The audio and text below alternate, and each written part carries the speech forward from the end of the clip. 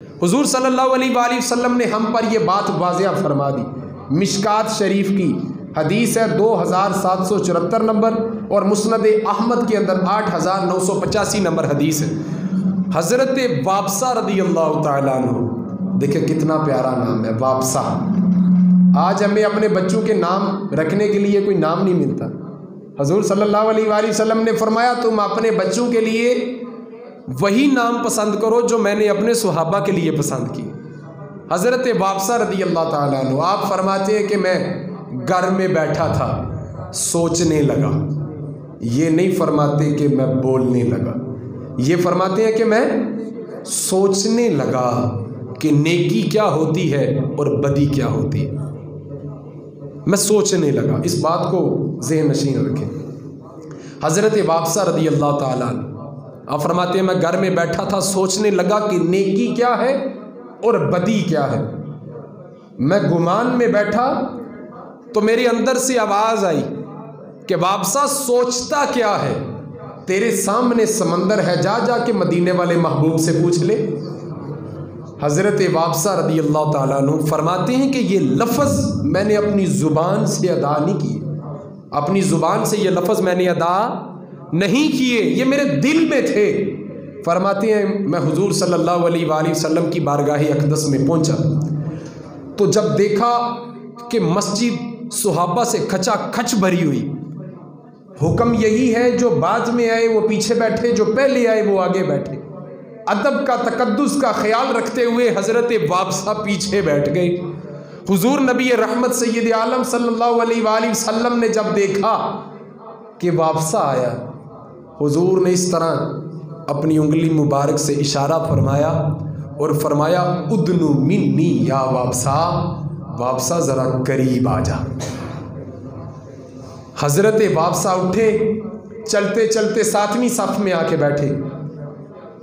حضرت وابصہ جو سوال پوچھنے آئے ہیں انہوں نے زبان سے ادا نہیں کیا، دل میں تھا، اس بات کو واضح رکھیں، دل میں سوال تھا۔ حضور کی بارگاہ اقدس میں حاضر ہوئے، حضور نے آگے بلایا، حضرت وابصہ 7ویں صف میں بیٹھے، پھر فرمایا وابصہ ذرا اور نزدیک آ جا۔ حضرت وابصہ اٹھے، 3ری صف میں آ کے بیٹھے۔ حضور نے پھر مسکرا کے فرمایا ادنو منی یا وابصہ، وابصہ یار ذرا اور نیڑے آ جا۔ حضرت وابصہ فرماتے ہیں کہ میں حضور صلی اللہ علیہ وآلہ وسلم کے اتنا قریب ہوا کہ حضور صلی اللہ علیہ وآلہ وسلم کے مقدس گھٹنوں سے میرے گھٹنے مس ہونے لگے، اور میں نے اتنا قرب کریم حاصل کیا کہ ساتھ والے مجھے رشک سے دیکھنے لگے، میں اپنے مقدر پہ ناز کرنے لگا، میں سوچنے لگا کہ کہاں تھا، آج حضور کے گھٹنے مبارک کے ساتھ میرا گھٹنا مس ہے، حضور میرے سامنے بیٹھے ہیں۔ حضرت وابصہ بڑے ادب سے ہاتھ باندھے، نظریں جھکائے، حضور کو دیکھ رہے ہیں، بڑے ادب سے بیٹھے ہوئے ہیں۔ حضور صلی اللہ علیہ وآلہ وسلم نے مسکرا کے فرمایا وابصہ میری جانب دیکھو۔ حضرت وابصہ دیکھنے لگے، حضور مسکرا کے فرمانے لگے وابصہ پوچھو کیا پوچھنے آئے تھے، وابصہ پوچھو کیا پوچھنے آئے تھے۔ حضرت وابصہ رونے لگے، آواز دبے دبے لفظوں میں نکل نہیں رہی تھی۔ حضور صلی اللہ علیہ وآلہ وسلم نے فرمایا وابصہ اگر تجھے مشکل ہوتی ہے تو میں نہ بتا دوں تو کیا پوچھنے آیا تھا؟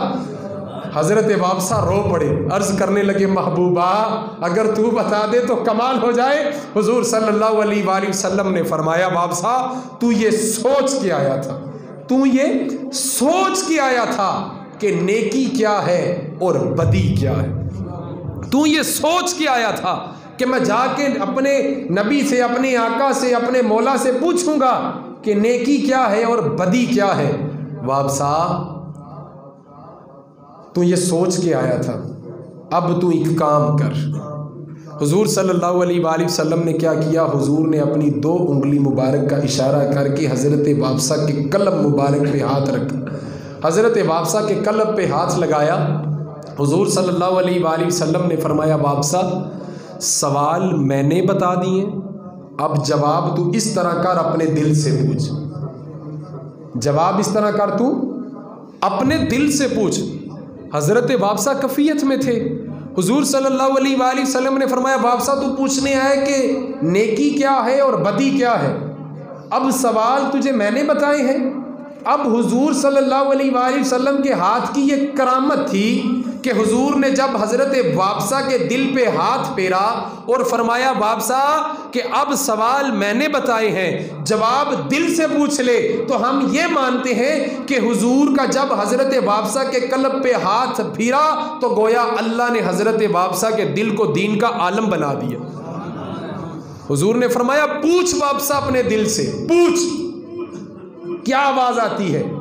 حضرت وابسہ نے توجہ لگائی، سامنے بیٹھے تھے، عرض کی حضور دل سے آواز یہ آتی ہے کہ جب کوئی اچھا کام کر کے سکون ملے، دل جم جائے، راحت نصیب ہو، وہ نیکی ہے، اور جو کھٹکتی رہے سینے میں، جو کر کے بے چینی ہو، جو کر کے یہ ڈر ہو کہ کسی کو پتہ نہ چل جائے، وہ بدی ہے۔ حضور صلی اللہ علیہ وآلہ وسلم نے فرمایا وابسہ دائیں بائیں جانے کی ضرورت نہیں ہے، تمہارے دلوں کے اندر جو مفتی بیٹھا ہے اس سے ایک دفعہ مسئلہ پوچھ لیا کرو۔ گویا کہ حضور نے بتایا کہ تمہارے دل کے اندر، تمہارے اندر جو زمین ہے اس سے ایک دفعہ ضرور پوچھا کرو کہ حق کیا ہے اور جھوٹ کیا ہے، ہم کس طرف جا رہے ہیں۔ 22,000 یزیدیوں کا لشکر تھا میدان کربلا میں، جگر گوشہ رسول کے سامنے، نور دیدہ بطول کے سامنے، حضرت سیدنا امام ہمام، امام الشہداء، امام علی مقام، امام حسین علیہ السلام کے سامنے 22,000 کا لشکر تھا۔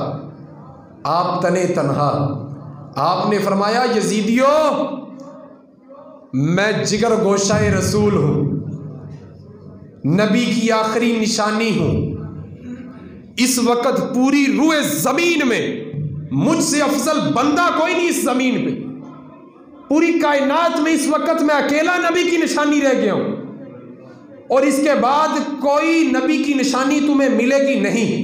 کیوں؟ کیونکہ ہمارے نبی کے بعد کوئی نبی نہیں تو ان کا نواسا کیسے ہوگا؟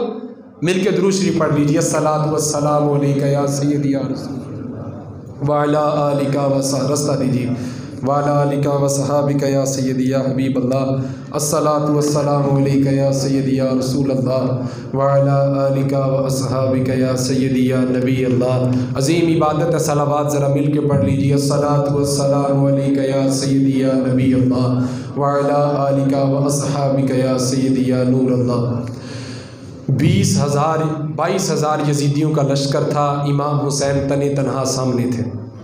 آپ نے خطبہ ارشاد فرمایا، آپ نے فرمایا میں اکیلا نبی کا نواسا رہ گیا ہوں، اس وقت پوری روئے زمین میں کوئی نبی کا نواسا موجود نہیں، میں تنے تنہا اکیلا ہوں، مجھ سے زیادہ فضیلت رکھنے والا اس روئے زمین پہ کوئی شخص نہیں ہے، کیونکہ اگر ہمارے نبی کے بعد کوئی نبی نہیں آ سکتا تو نواسا کیسے آئے گا؟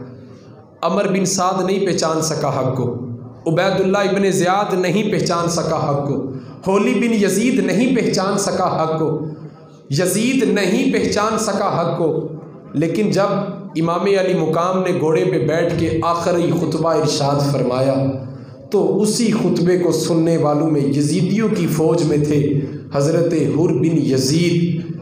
حضرت حر بن یزید نے جب، یہ وہی حر بن یزید تھے جنہوں نے میدان کربلا میں سب سے پہلے امام حسین کو انہوں نے روکا تھا، اور یہ جا کے عبید اللہ ابن زیاد اور عمر بن سعد کو کہنے لگے کہ تم نے تو کہا تھا کہ امام حسین کو روکنا ہے، پانی بند کرنا ہے، لیکن اب تمہارا کیا ارادہ ہے؟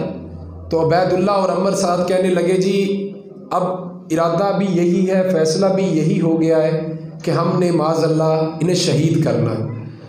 حضرت حر بن یزید آپ فرمانے لگے کہ بھائی تم نے کہا تھا کہ پانی بند کریں گے، ان کو روکیں گے اور ان سے کوئی مطالبہ رکھیں گے، مذاکرات کریں گے، بات ختم ہو جائے گی اور آگے والا لاہی عمل ہم بتائیں گے کہ آگے کیا کرنا ہے، یہ فیصلہ کر لیا تم نے؟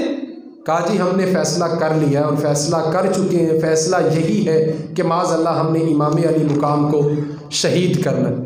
حضرت حر بن یزید جب آپ نے امام علی مقام کا خطبہ سنا اور جب انہوں نے یہ خطبہ سنا کہ امام علی مقام فرما رہے تھے کہ پوری روئے زمین میں مجھ سے افضل شخص کوئی نہیں، میں جگر گوشہ رسول ہوں، نور دیدہ بطول ہوں، مجھ سے افضل اس جہاں میں کوئی بندہ نہیں، تم دیکھو تو صحیح تم کس کے مقابلے میں کھڑے ہو، ہم تو نہتے 22,000 کا 70 کے ساتھ کیا مقابلہ ہے، مگر اگر تم اسی طرح ڈٹے رہو گے تو ہم بھی حق کی خاطر ڈٹے رہیں گے، مگر اب بھی تم پر یہ وقت نہیں آیا کہ تم حق کو پہچان سکو، تم پہچان سکو کہ تم کس کے خلاف نکلے ہو۔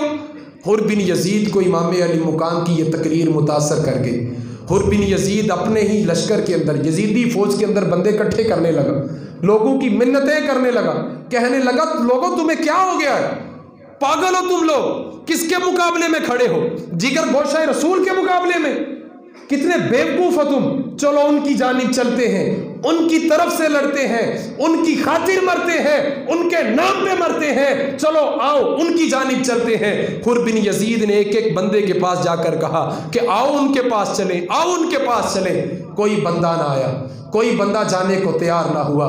رات کا وقت تھا، خطبہ ہوا، حر بن یزید نے خطبہ سنا، اپنا گھوڑا لیا، یزیدی فوج کو خدا حافظ کہا اور کہا کہ میں جا رہا ہوں اپنے آقا کے پاس، اپنے مولا کے پاس، اپنے سردار کے پاس۔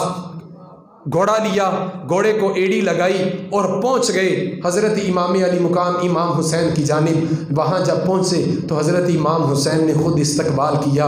حضرت امام حسین، یہ ضمیر کی آواز کا واقعہ سنا رہا ہوں آپ کو، اس بات کو سمجھیے گا اور عنوان کو بھی مد نظر رکھیے گا۔ امام علی مقام امام حسین علیہ السلام نے فرمایا کہ حر، تو نہیں دیکھتا ادھر 22,000 ہے، ادھر صرف 70 ہے، موت کے سوا کچھ ہاتھ نہیں آئے گا، موت کے سوا کوئی چیز اور ہاتھ نہیں آئے گی۔ تو سمجھ رہا ہے میری بات کو؟ ادھر موت ہے، ادھر ہو سکتا ہے تو بچ جائے، مگر تیری کیا رائے ہے؟ تو حر بن یزید عرض کرنے لگے، حضور آپ کا غلام، آپ کا خادم آپ کے قدم بوس ہے، آپ کے غلام حاضر ہے، آپ کی بارگاہ میں حاضر ہے۔ حضرت حر بن یزید عرض کرنے لگے، حضور مرنا تو ایک دن ہے، موت تو ایک دن واضح ہے، حق ہے، مگر حضور اگر میں ادھر رہ کے آپ کے خلاف لڑوں تو میرا ضمیر اس چیز کی مجھے اجازت نہیں دیتا۔ اگر میں ادھر سے لڑوں گا تو ساری زندگی میری قبر بھی تڑپتی رہے گی، میرا ضمیر مجھے ٹھوستا رہے گا، مارتا رہے گا کہ تجھ پر حق واضح تھا، تو حق کو سمجھ نہیں سکا، اتنا بدبخت تھا تو۔ حضور میں مرنا تو چاہتا ہوں، مگر مجھے یہ چیز پسند ہے، مجھے یہ چیز اچھی نہیں لگتی کہ میں ضمیر کا قیدی بن کے مروں، میں ضمیر کی مخالفت کر کے مروں، میں حق کی مخالفت کر کے مروں۔ حضور میں مرنا تو چاہتا ہوں، میں چاہتا ہوں کہ میں حسین کا غلام بن کے مروں، حسین کی محبت کا قیدی بن کے مروں، میں چاہتا ہوں کہ میں اس طرح مروں۔ آپ دیکھتے ہیں آج بھی عمر بن سعد کی قبر کا نہیں پتہ، عبید اللہ ابن زیاد کی قبر کا نہیں پتہ، یزید کی قبر کا کسی کو نہیں پتہ کہاں۔ مفسرین کے الہام ہے کہ وہاں ہو سکتی ہے، وہاں ہو سکتی ہے، مگر جہاں پر میدان کربلا میں لوگ یزیدیوں کے اوپر لعنتیں بیچتے ہیں اور امام علی مقام امام حسین کے اوپر سلامتیاں بیچتے ہیں، وہیں پر حضرت حر بن یزید ان کا بھی دربار ہے، ان کی بھی قبر مبارک ہے، حضرت امام علی مقام امام حسین کے مزار انوار کے ساتھ ان کی بھی قبر ہے۔ جہاں پر لوگ یزیدیوں پر لعنتیں بیچتے ہیں، یہیں پر لوگ حضرت حر بن یزید کے اوپر سلامیاں بیچتے، سلامیاں بیچتے۔ حضرت حر بن یزید کا آخری سانس امام علی مقام کی گود میں نکلا، لیکن ان پر حق واضح ہو گیا تھا۔ ابھی ہم کیا کرتے ہیں؟ ہم جھوٹے بندے کا ساتھ دے دیتے ہیں، لیکن ہم اپنے ضمیر کی آواز کو نہیں سنتے۔ ہمیں پتہ ہے کہ صحیح کیا ہے، ہمیں پتہ ہے کہ جھوٹ کیا ہے، ہمیں پتہ ہے کہ سچا کون ہے، ہمیں پتہ ہے کہ جھوٹا کون ہے، ہمیں پتہ ہے کہ فریب دار کون ہے، دا کون لگا رہا ہے، غدار کون ہے، لیکن ہمیں پتہ ہے کہ معصوم کون ہے۔ لیکن اس کے باوجود ہم اگر حق کو نہ پہچانیں، ہم اپنے ضمیر کی نہ سنیں، تو خدا کی قسم ہم چلتے پھرتے زندہ لاش بن جائیں گے۔ اگر ہم ہر وقت تنقید کی اینک لگائے رکھیں گے، ہر کسی کو برا کہتے رہیں گے، مگر کسی کو ہمارا اندر اچھا کہے گا، ہم اپنی زبان سے اسے اچھا نہیں کہیں گے، پھر بھی کبھی ہمارے اوپر حق واضح نہیں ہو سکتا۔